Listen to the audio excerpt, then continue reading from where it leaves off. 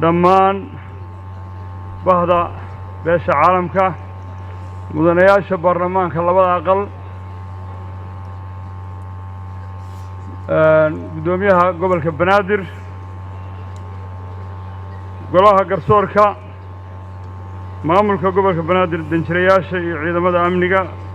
saxaafadda iyo dhammaan martisharaf kale assalaamu calaykum waraxmatullaahi wabarakaatu mudane madaxweyne mudane mudanayaal iyo marweyn waxaa sharaf weyn oo ah inaan maanta ka soo qayb galno furitaanka kalfadhiga saddexaad ee baarlamaanada labada aqal ee dowladda federaalka Soomaaliya anigoo ku hadlaya afka golaha wakiilada dowladda Puntland waxaan mahadcelin ballaaran u soo jeedinayaa golayaasha baarlamaanka labada aqal ee Soomaaliya ee nagu casumay madashan sharafta badan inaan ka soo qayb galno munaasabadda furitaanka kalfadhiga saddexaad ee baarlamaanka labada aqal ee Soomaaliya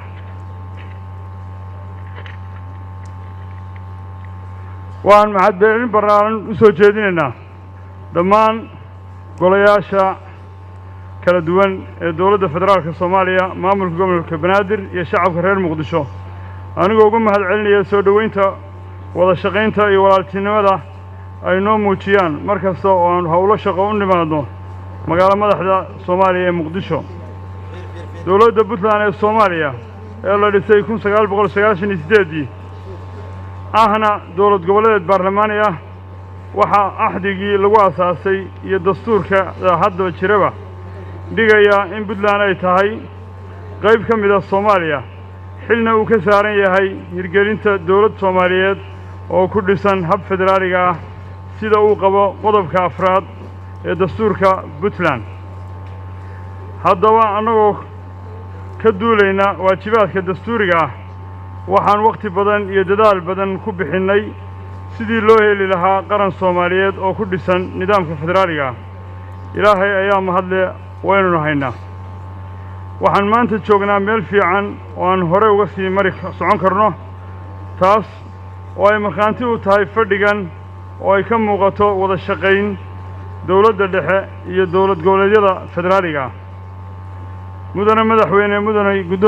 mudanayaal iyo marweyn dib u soo yeegleelidda qaran Soomaaliyeed wuxuu soo maray marxalado badan oo xasaasi ah waxaase guul iyo sharaf noo ah inaan maanta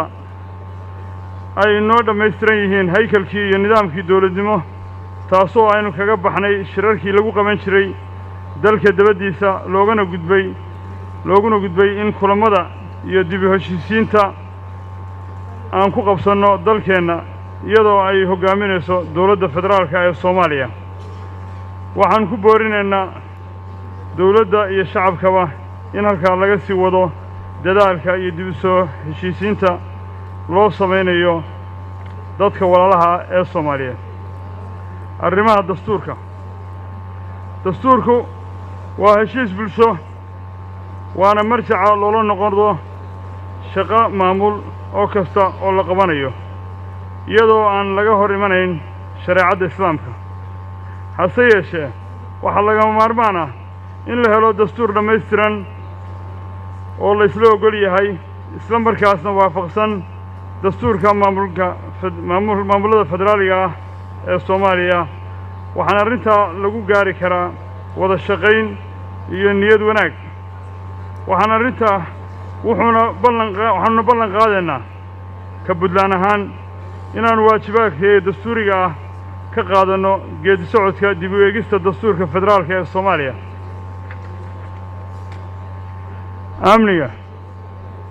amnigu waa lafdhabarta dowladnimo sidaa awgeed waxaa laga maarmaan ah in aan baarlamaanka federaalka Soomaaliya iyo baarlamaanada dowlad goboleedyadu ka qaataan doorkooda xeer dejineed iyo dabagalka lana dadargeliyo wixii shuruuc ah oo looga maarmi waayey shaqooyinka hay'adaha amniga ah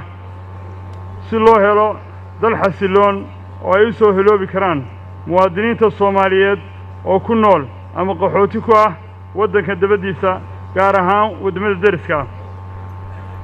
garsoorka iyo cadaaladda arrimaha cadaaladdu waa waajibaad diiniya waxaana inoo xisaaran hay'adaha garsoorka sidaa awgeed waxaa loo baahan yahay sinaan cadaalad bulsho oo ku dhisan shareecada islaamka si uu muwaadin kasta xuquuqdiisa dastuuriga u helo haddaba annagoo aaminsan hay-adaha garsoorka ee dowladda federaalka iyo kuwa dowlad goboleedaduba ay ku shaqeeyaan duruufo adag oo dhanka amniga iyo dhaqaalaha ah waxaan ku boorinaynaa inay muhiimadda siiyaan xil gaarana iska saaraan sidii shacabka Soomaaliyeed u heli lahaa garsoor iyo cadaalad hufan waxaanuna baarlamaanka federaalka iyo kuwa dowlad goboleedyada u soo jeedinaynaa in dalka laga haqabtiro baahida qaanuuneed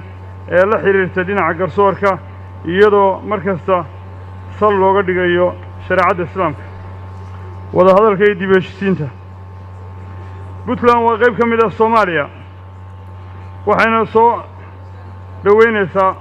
waddo toosan oo kasta oo loo marayo dib u heshiisiinta iyo midnimada shacabka Soomaaliyeed hase yeeshee Puntland waxay leedahay dastuur dhammaystiran oo ku cad yihiin gobollada ay Puntland ka kooban tahay iyo xuduudaheeda sida uu qabo qodobka 7 ee dastuurka Puntland sidaas awgeed waxaanu soo jeedinaynaa in aanay dhicin wax wada hadal ah oo ay Puntland ka maqan tahay ama aanay dhinac ka ahayn oo khuseeya gobollada Puntland gaar ahaan gobolka Sool iyo Sanaag oo dowladda federaalku la gasho cid aan arrimahaas gobolladaas khuseyn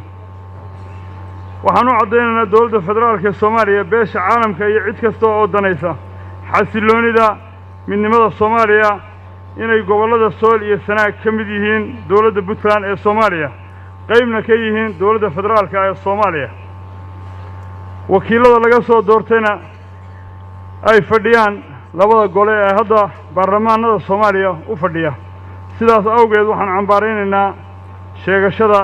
iyo xadgudubka aan aqliga iyo cilmiga ku dhisnayn oo